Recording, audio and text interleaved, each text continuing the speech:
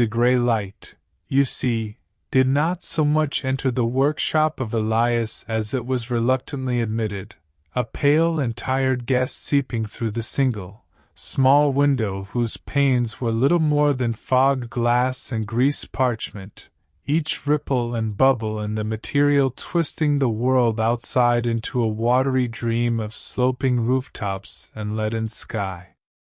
This was the 4th hour after noon, on a day in late October, when the sun was a memory hinted at only in the gradual deepening of shadows. Inside, the air was not merely still, it was substantial. It had weight and history.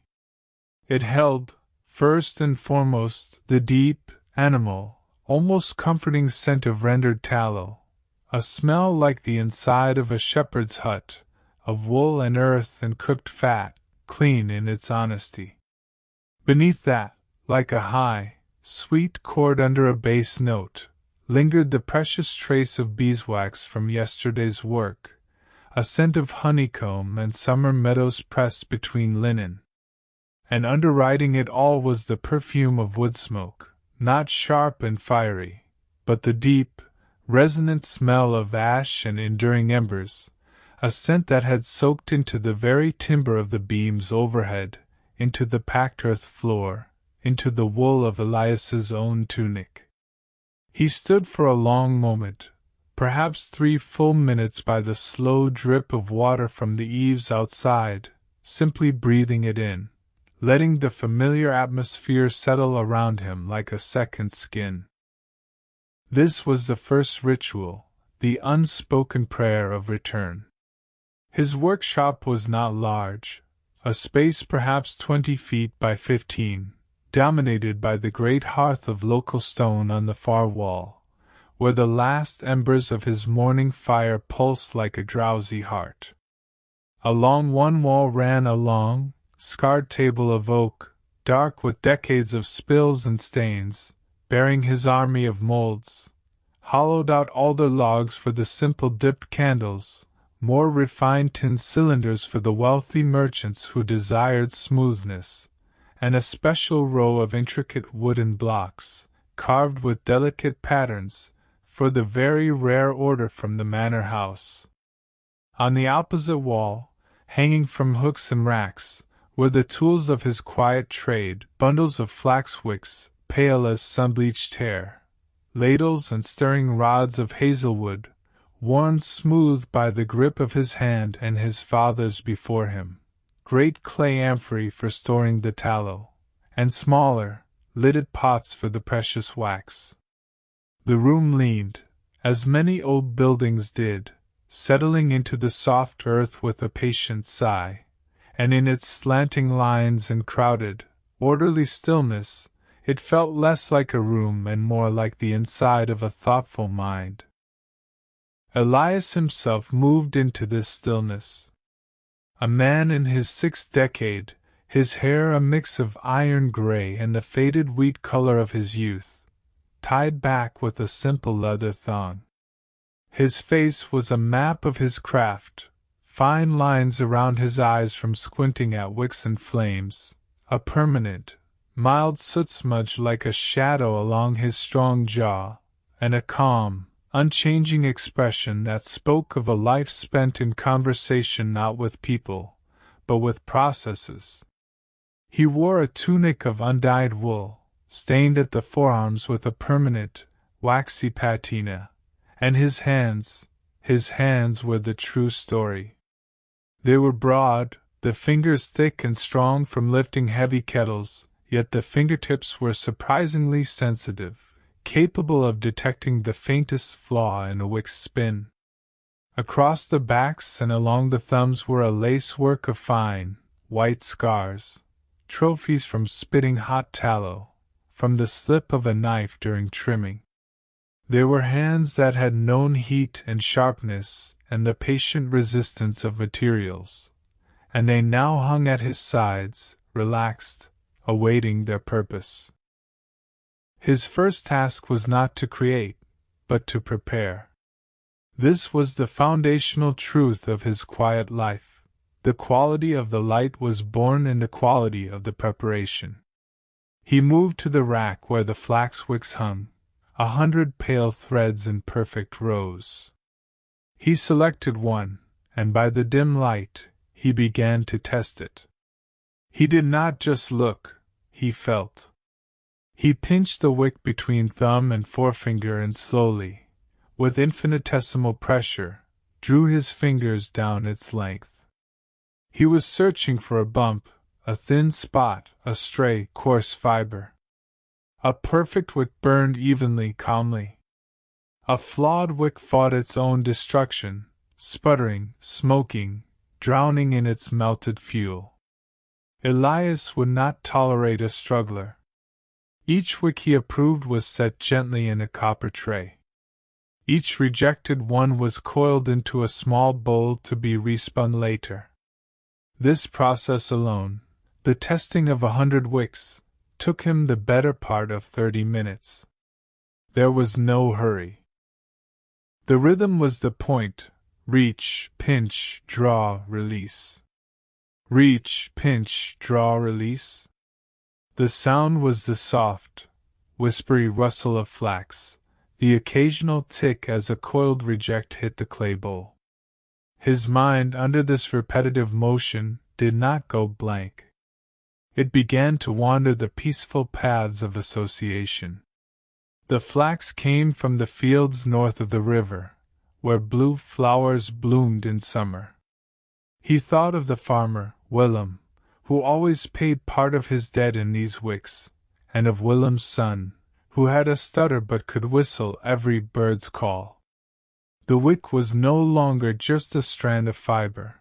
It was a thread connecting him to the sun on blue flowers, to the rhythm of the harvest, to the sound of a boy's whistled melody carried on the wind. This was how his world was built, not of isolated objects, but of dense, interconnected stories held in material form. His wicks, he turned to the fire. Using a blackened iron poker, he nudged the bed of gray ash.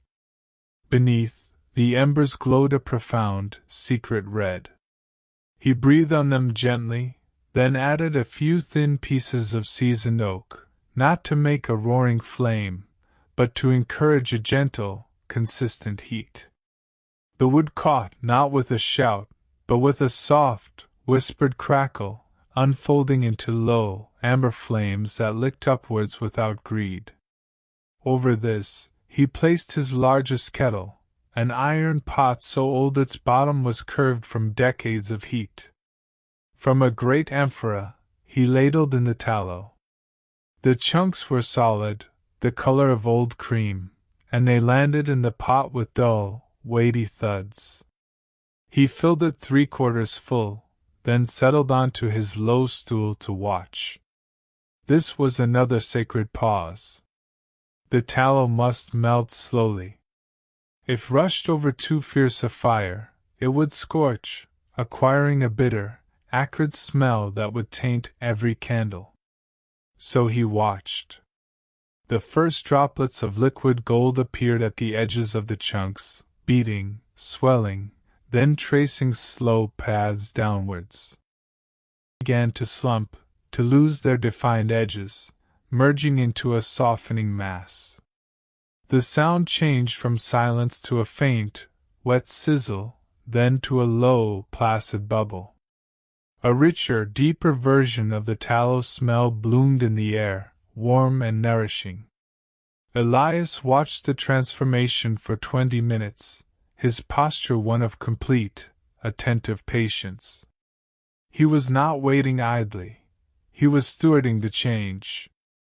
In this quiet vigilance, he heard the world outside the workshop come alive. The rain softened to a drizzle. He heard the distant call of a cart vendor packing up for the day, the melody of his "Last pies! Last pies!" growing fainter. He heard the clatter of a shutter being closed across the lane, the murmur of two neighbors sharing a final word before nightfall. These sounds did not intrude. They wove themselves into the tapestry of the moment, affirming the life of the town winding down as his own night's work began to wake. It was a clear, shimmering pool. He stirred it with his hazelwood rod, breaking up the last clinging clots, creating a slow, golden vortex. He tested its temperature not with a gauge, but by holding his palm close to the surface, feeling the radiant heat, and by observing the size and pace of the bubbles. It was ready. With a thick cloth wrapped around the handle, he lifted the heavy kettle from the fire and carried it, with a slow, rolling gait, to the long table. The weight was significant, but his body knew the movement, compensating for the swing of the liquid with a slight tilt of his shoulders. He set it down on a trivet with a soft, final thud. Pouring. He selected a set of a dozen tin molds, each about 2 feet long, for a batch of high-quality household candles. Taking a prepared wick, he tied a small, smooth river stone to its end, a weight to keep it straight, and lowered it into the mold's center. The top of the wick he looped and secured over a notched stick laid across the mold's mouth, ensuring it would stay perfectly centered. His movements were a fluid, silent ballet of precision. Then, he took up a smaller bronze pitcher, dipped it into the kettle, and filled it with the liquid tallow. He lifted it, his arms steady as an oak branch. He began to pour. The stream was not a splash, but a continuous, honey-thick ribbon of gold, falling with a deep, hollow glooping sound as it filled the dark cylinder. He poured to within a finger's width of the top, then stopped with a neat twist of his wrist, not a drop spilled. He repeated this: wick, wait, secure, pour. Wick, wait, secure, pour. The rhythm was slower than the wick testing, more deliberate. And had a consequence in the final product. As he worked, he imagined the lives of these candles. This one, with a slight extra flourish of wax at the base from a steady pour, might go to the scribe in the scriptorium, illuminating pages of vellum through the long night.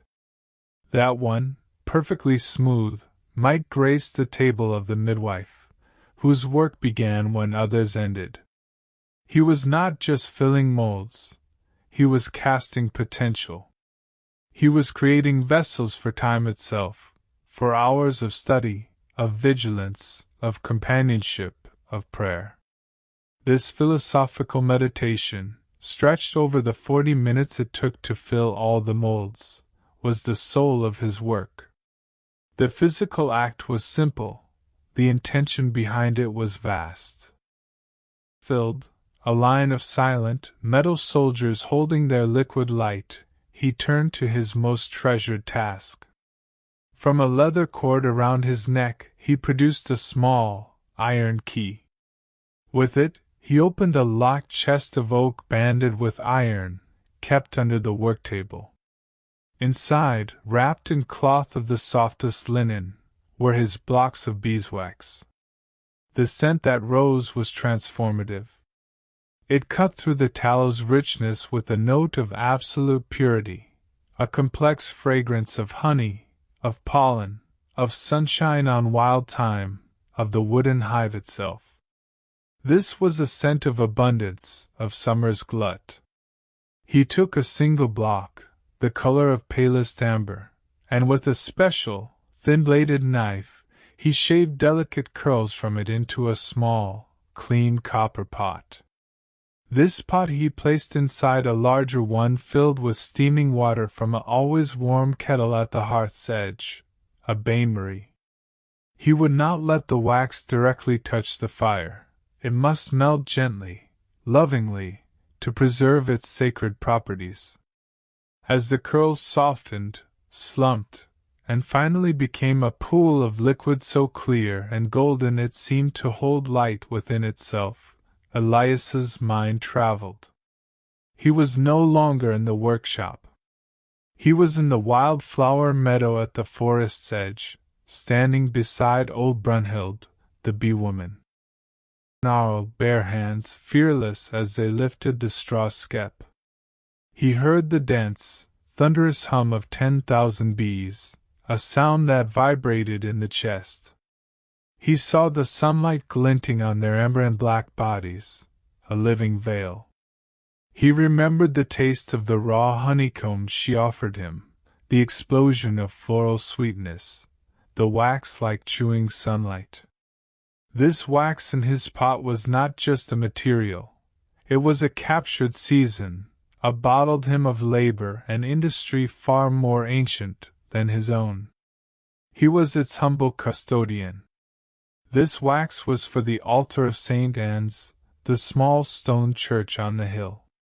Father Anselm said beeswax, made by virginal workers from the nectar of 1,000 flowers, burned with a pure, smokeless flame, a fitting metaphor for prayer rising unstained to heaven. Elias, while not a deeply theological man, understood metaphor in his bones. The pure flame from the pure substance. It made sense to him in the language of his craft. He poured the liquid wax into special, narrow molds lined with dampened linen for an impossibly smooth finish. This process, from shaving to pouring, was performed with a reverence that took time, another 30 minutes of focused, quiet homage. Now held two futures: the slowly solidifying tallow in the tins and the sacred beeswax. The main tallow in the great kettle was still fluid, kept at temperature by the residual heat of the hearthstones nearby. Now began the most rhythmic, hypnotic phase of the night, the dipping of the tapers. For this, Elias used a different set of wicks, longer and tied in pairs to a wooden frame that held 20 at a time. He lowered the frame, with its naked, weighted wicks, into a deep, narrow vat of the maintained tallow. 1, 2, 3, a slow count in his head. He lifted it. The wicks, once pale, were now sheathed in a translucent, gleaming coat of tallow, dripping steady, fat droplets back into the vat. Plip, plip, plip. He hung the frame on an overhead hook to cool and harden. This was the cycle. Dip, lift, drip, wait. Dip, lift, drip, wait. Each dip added a layer no thicker than a fingernail. A proper candle required 50, sometimes 60 layers. To rush was to make a lumpy, ugly, inefficient thing. Here time was not the enemy. It was the essential ingredient. This was the heart of his quiet life, a repetitive action that emptied the busy mind and filled the soul with a spacious, rhythmic peace. As he worked through the first 10 dips, the world contracted to the borders of the vat, the sound of the drip, the feel of the wooden frame in his hands, the gradual thickening of the candles. Drifted without anchor. He remembered his father teaching him this same motion, his large hands guiding Elias's small ones on the frame. Slow, son. It's not about the candle you're making now. It's about the candle this will be in an hour. He thought of his daughter Alice, with her quick laugh and impatient fingers, who would dance around this very floor as a child, the scent of wax in her hair. She was a miller's wife now, her life full of the loud, urgent rhythm of grinding stones and rushing water. A good life, but a different music. He understood why she left the quiet. The quiet was a taste acquired over a lifetime, like the subtle flavor of well water drunk from a wooden cup. Dip, lift, drip, wait. The candles grew. They lost their translucency, becoming opaque, a soft, creamy white. Their surfaces smoothed with each new layer, the imperfections of one coat forgiven by the next. They began to take on a beautiful, organic shape, slightly thicker at the base where the drips accumulated, tapering elegantly towards the wick. This was natural geometry, the law of gravity and fluid made solid. He worked in this rhythm for over an hour, the only interruptions being the occasional adjustment of the fire or a moment to stretch his back, looking out the window at the now pitch-black night, seeing his own faint reflection, a man haloed in soft, warm light, superimposed over the darkness. The bell tolled from the church tower, its deep bronze voice vibrating through the cold air and seeping into the workshop. 11 solemn notes. Elias was finishing the 50th dip. The candles were now substantial, beautiful objects. He gave them one final, perfect dip, holding the frame perfectly level, and lifted them out for the last time. He hung them on their hook, where they would cool completely, their surfaces becoming smooth and hard to the touch. A deep fatigue, pleasant and earned, settled into his muscles. He banked the fire with ritualistic care, smothering the embers in a thick blanket of ash, ensuring their heart would live to wake again tomorrow. He cleaned his tools with hot sand and a rough cloth, scouring the kettle and ladles until metal gleamed dully in the low light. The workshop was put back into a state of ordered readiness. Archay was done, but his night was not. He took a candle from a shelf, a short, squat beeswax candle that had cooled crooked, a flaw that made it unfit for sale but perfect for him. He lit it from the last tiny flame on the hearth and placed it on the broad stone windowsill.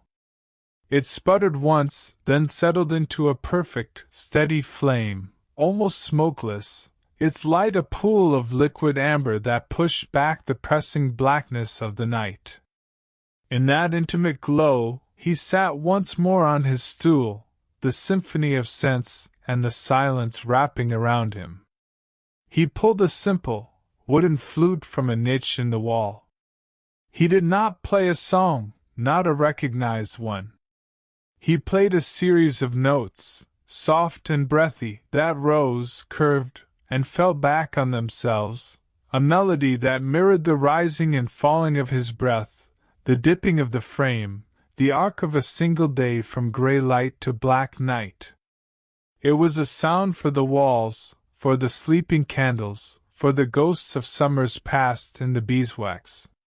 It was the only speech his heart needed. His hands, palms up in the candlelight. They were resting now, but even in stillness, they told their story. Stained, scarred, capable. They had never held a sword, never clenched in anger. They had only ever held the means to push back darkness, to shape light from chaos. In a world so often loud with fear, with plague, with war, with want, his had been a life of quiet defiance. He did not fight the darkness. He simply, patiently, prepared for it, and then lit a small, persistent flame. The peace he felt in this moment was not an absence of trouble, but a presence of profound meaning, woven from the fatigue in his bones, the scent in his nostrils, the rhythm in his memory, and the gentle, unwavering light on the sill. His quiet life was a plenum, a vessel filled to the brim with the tangible, the weight of wax, the memory of bees, the patience of growth, the promise of illumination. The wicked candle burned lower, its light seemed to stretch the moment into an eternity. The rows of finished candles stood in silent ranks, dreaming of the hands they would soon fit, the faces they would softly reveal, the secrets they would witness. They were not just objects, they were frozen time and potential warmth, waiting for their story to begin. In the workshop of Elias, the boundary between work and prayer had always been thin, and now, in the deep night, it vanished entirely. The silence was complete, yet it hummed with a finished purpose. It was a silence that could be inhabited, a cloak of calm that he, and now you, the sleepless listener, could wrap around your own restless thoughts. Let the image of that single, steady flame be your anchor. Let the rhythm that filled this long night, the dip, the lift, the drip, the wait, become the rhythm of your own breathing. For the quiet life of the candle maker is an invitation. It is proof that in the patient, dedicated attention to a small, good thing, a universe of peace can be found, one slow, golden drop at a time.